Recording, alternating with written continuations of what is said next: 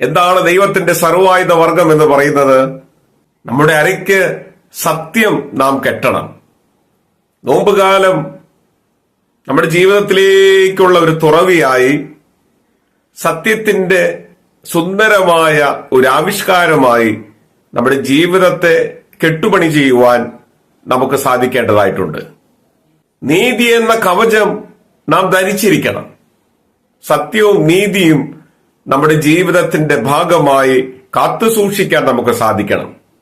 സമാധാന സുവിശേഷത്തിനായിട്ടുള്ള ഒരുക്കം കാലിന് ചെരുപ്പാക്കി നാം ധരിച്ചിരിക്കണം.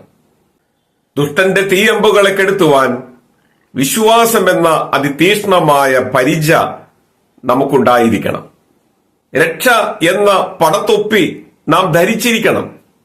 സർവത്തിലുപരി ദൈവവചനമാകുന്ന വാൾ